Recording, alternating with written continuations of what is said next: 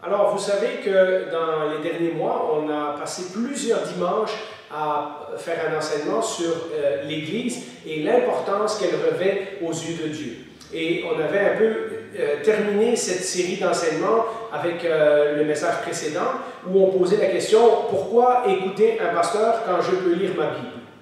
Mais aujourd'hui, j'aimerais vous poser la question inverse, c'est-à-dire « Pourquoi lire ma Bible alors que je pourrais écouter un pasteur ?»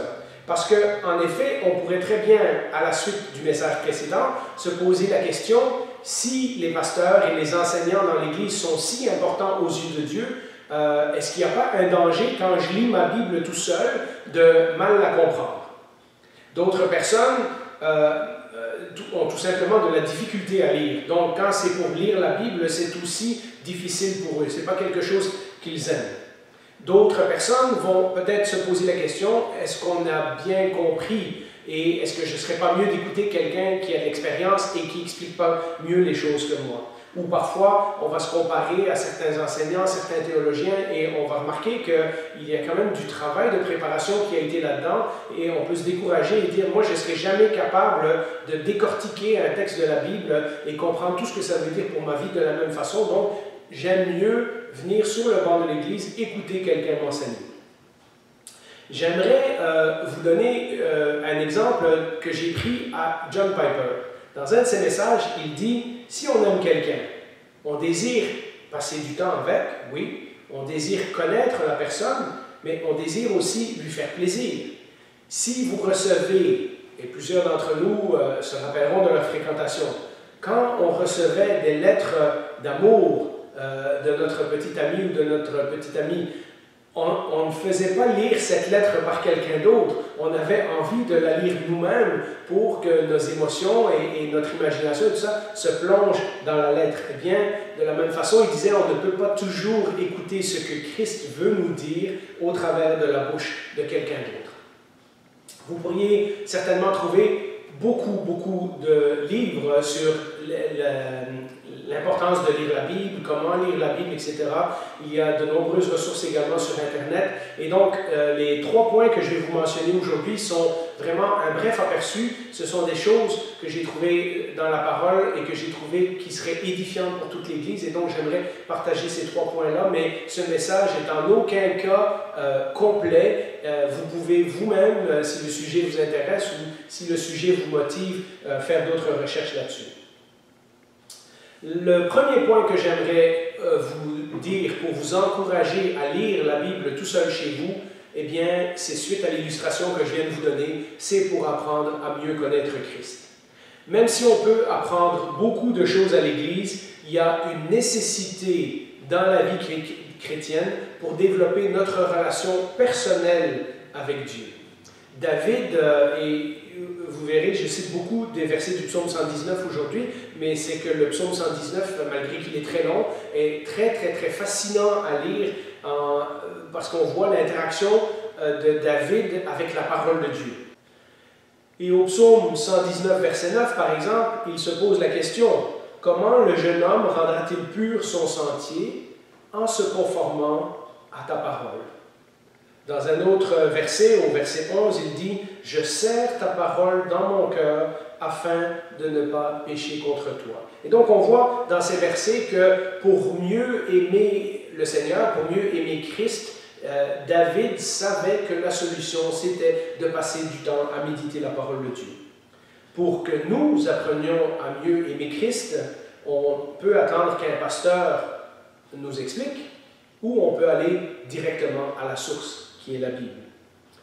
Un des défis du christianisme moderne, c'est justement que dans une société de facilité, un nombre de nous sommes devenus paresseux quant aux questions intellectuelles, quant à la lecture personnelle, quant à la recherche, quant à lire des commentaires bibliques, etc. C'est facile avec YouTube, je regarde plusieurs vidéos par semaine moi-même. C'est assez facile et c'est même tentant avec YouTube d'aller écouter des pasteurs sans passer de temps à lire nous-mêmes la parole de Dieu. Et la question à se poser alors, c'est quelle est la qualité de mon amour pour Jésus si je ne veux jamais entendre directement sa voix? Je sais que c'est une question choquante, c'est fait exprès. C'est pour nous motiver à dire nous ne pouvons pas toujours écouter la parole de Christ au travers de la bouche de quelqu'un d'autre. Lire la Bible pour nous-mêmes est nécessaire donc pour connaître Christ, pour entendre sa voix, mais automatiquement ça amène une deuxième raison. Et la deuxième raison, c'est que la lecture de la parole de Dieu est essentielle pour nous nourrir. Quand on est un enfant, on pose beaucoup de questions à ses parents. Pourquoi ceci et comment ça marche cela, etc. Et on est bien content quand papa ou maman nous explique toutes ces choses et on est en général satisfait de l'explication jusqu'à ce qu'on trouve un autre sujet de curiosité. On est bien content lorsqu'on a cette impression que papa et maman savent tout sur tout. Hein, il y a une période dans notre vie où on est comme ça. Mais vient un temps dans la vie où on se questionne et un temps où on veut penser par nous-mêmes, c'est-à-dire le moment où on commence à dire oui, j'y crois, mais j'ai besoin de comprendre comment ça s'applique dans ma propre vie. Qu'est-ce que ça signifie pour moi? Je ne veux pas juste le croire parce que mes parents l'ont dit, je veux vérifier les faits par moi-même. C'est un peu de la même façon dans la vie chrétienne. Quand on est jeune chrétien, c'est plus simple et plus facile que quelqu'un d'autre nous enseigne. D'ailleurs, c'est un peu le début de la vie chrétienne.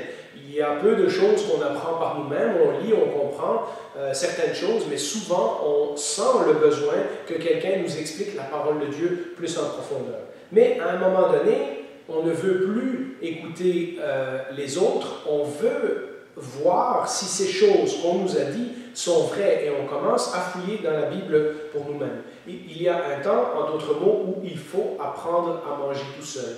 Vous vous rappelez ce reproche que l'apôtre fait à un moment donné à l'Église en disant « Vous devriez passer à de la nourriture solide et on doit encore vous nourrir avec du lait. » Et donc, c'est un peu cette idée. Nous devons apprendre à lire la Bible pour nous-mêmes, pour pouvoir nous nourrir. Psaume 119, de nouveau, verset 42, nous dit « Alors, c'est-à-dire en lisant ta parole, alors je pourrai répondre à celui qui m'insulte, car je me confie en ta parole. » Donc ça, ce n'était qu'un des exemples que David voyait. Lorsqu'on m'insulte, comment je fais? Eh bien, je vais chercher des réponses dans ta parole.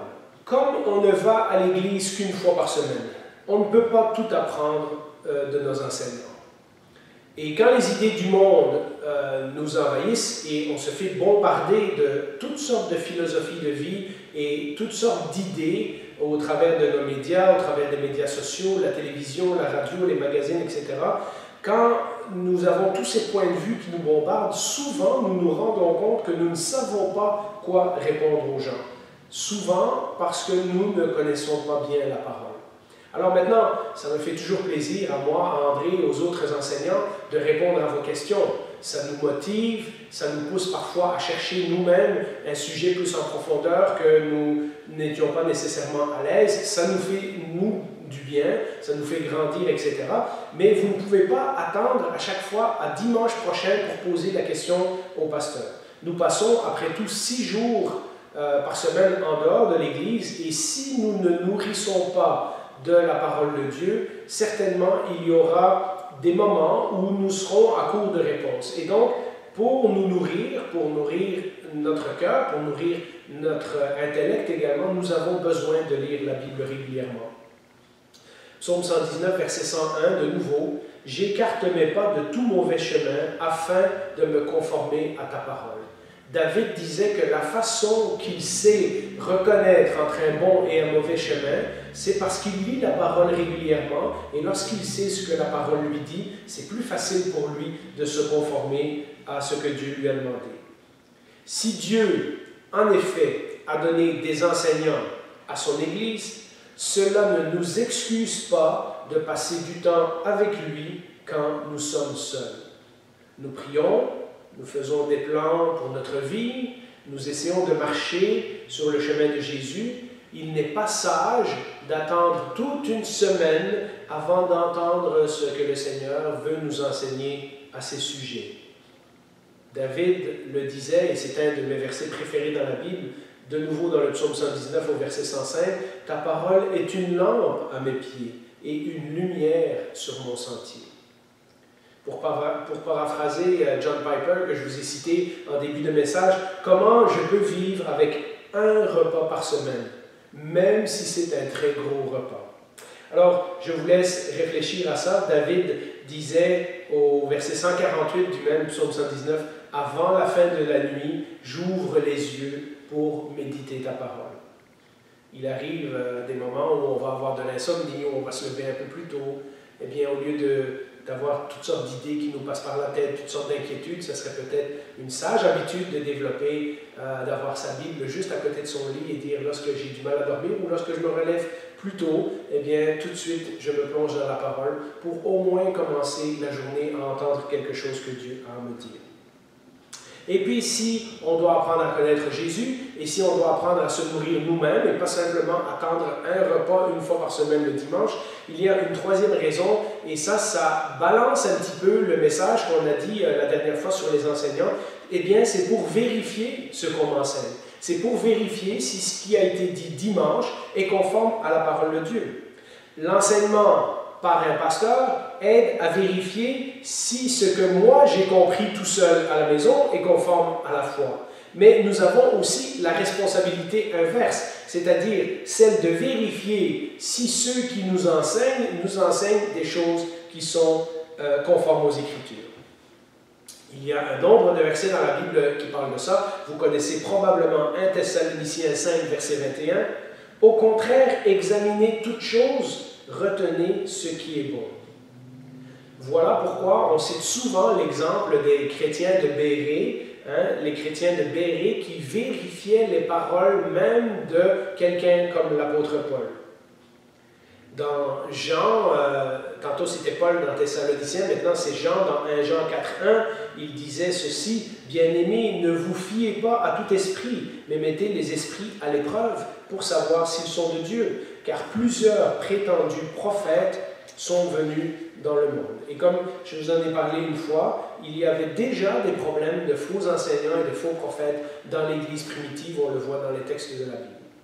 En conclusion, avec ces 3 points, je sais que le message était bref et je vous laisse fouiller peut-être par vous-même pour trouver d'autres ressources à ce sujet. En conclusion, la lecture personnelle et l'enseignement à l'Église, c'est-à-dire lire ma Bible tout seul, mais aussi écouter les enseignants à l'Église, sont tous les deux nécessaires et sont tous les deux complémentaires pour notre croissance spirituelle.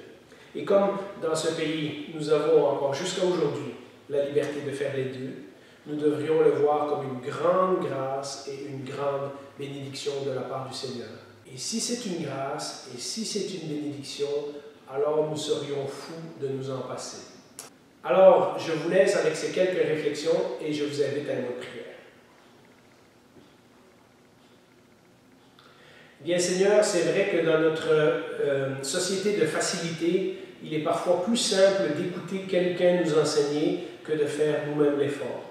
Nous appuyons sur un bouton et un écran s'allume, nous appuyons sur une souris et nous pouvons avoir accès à plein d'informations. Et parfois c'est difficile de simplement ouvrir un livre, ouvrir ton livre et prendre le temps de méditer ce que le texte nous dit. Nous avons plein de bonnes raisons, nous avons plein de bonnes excuses, mais la réalité c'est que si nous t'aimons, nous voudrons passer du temps avec toi.